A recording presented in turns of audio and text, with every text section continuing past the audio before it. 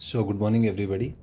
Next question आपसे discuss करूंगा। So final temperature zero होगा तो as no heat is available further. So delta Q max third case में आ जाएगा आपका 12,000 कैलोरी।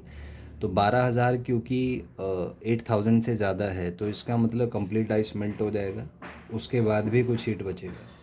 तो उस हीट को यूज़ करके टेम्परेचर थोड़ा और बढ़ जाएगा। तो हम मान लेते हैं कि delta Q given is delta Q taken. तो हमने मान लिया कि फाइनल टेम्परेचर कुछ टी होगा। तो जो वाटर से अवेलेबल हीट होगा वो आएगा 150 इंटू 1 इंटू 80 - टी। और हीट जो एक्सेप्टेड होगा वो होगा 8,000 प्लस 100 इंटू 1 इंटू टी।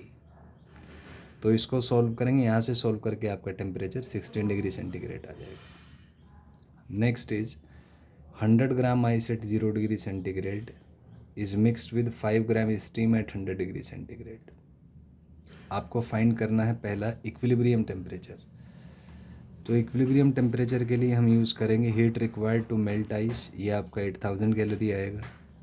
और फिर हम निकालेंगे maximum heat available from steam. तो ये आएगा 5 इंटू 540 प्लस 5 इंटू 1 इंटू 100 - 0, क्योंकि हमने मान लिया कि फाइनल टेम्परेचर ज़ीरो है। तो इसको सॉल्व करेंगे हम, यहाँ से आपका 3200 कैलोरी हीट अवेलेबल हो जाएगा। तो इसका मतलब है complete ice will not be able to melt, hence final temperature will be 0 degree centigrade. Next is हम मान लेते हैं कि पूरा आइस तो मेल्ट नहीं करेगा लेकिन कुछ आइस तो मेल्ट करेगा। तो उसके लिए जो टोटल हीट है हमारा स्टीम से जो अवेलेबल है वो 3200 कैलोरी है। तो m ice melt into L is equal to 3200 calorie. तो यहाँ से आप जो आइस मेल्ट होगा वो आ जाएगा आपका 40 ग्राम। तो यहाँ से अगर हम इक्विलिब्रियम पे देखें, आइस का मास वो होगा 100 माइनस मेल्ट आइस का मास जो कि 40 है। तो 100 माइनस 40 60 आ जाएगा। Next is mass of water formed at equilibrium. तो वाटर एक तो जो स्टीम कंडेंस होगा वो होगा, प्लस एक जो आइस मेल्ट हुआ।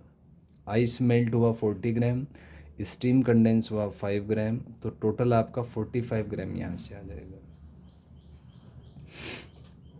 Next is 100 gram ice at 0 degree centigrade is mixed with 50 gram steam at 100 degree centigrade. Find equilibrium temperature, mass of ice at equilibrium and mass of water formed at equilibrium. तो पहला part है maximum heat जो available होगा steam से, वो आएगा m into latent heat of vaporisation plus ms into 100। तो ये आ जाएगा आपका 50 इंटू 540 प्लस 50 इंटू 100। तो इसको सॉल्व करेंगे 32,000 कैलोरी आ जाएगा। और आइस को मेल्ट करने के लिए जो हीट चाहिए वो 8,000 कैलोरी है। इसका मतलब कंप्लीट आइस मेल्ट हो जाएगा। सो फाइनल टेम्परेचर जो है वो 100 से ज़्यादा होगा, ये हम कह सकते हैं। उसके बाद नेक्स्ट है यहाँ पे कि हीट अवेलेबल फ्रॉम स्टीम आएगा ये वाला। हम अच्छा नेक्स्ट केस हम मान लेते हैं कि ना आइस जो है वो 100 डिग्री पे आ गया। तो अगर आइस 100 पे आएगा तो उसके लिए हमें हीट चाहिए 18,000 कैलोरी। स्टीम से अवेलेबल हीट है 32,000 कैलोरी। इसका मतलब है कि स्टीम सक्षम है आइस को 100 डिग्री तक लाने में, उसके बाद भी कुछ हीट बचेगा। दैट मीन्स फाइनल टेम्परेचर 100 आ जाएगा।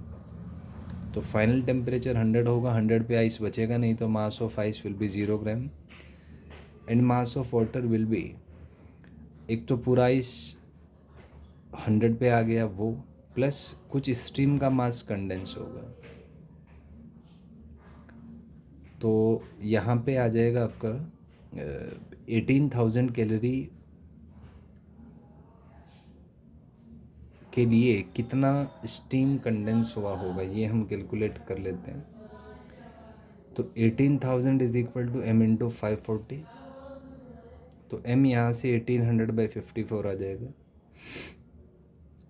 तो 100/3 लगभग 33.33 ग्राम आएगा। तो मास ऑफ वाटर आ जाएगा 100 प्लस 33.33 लगभग 133.33।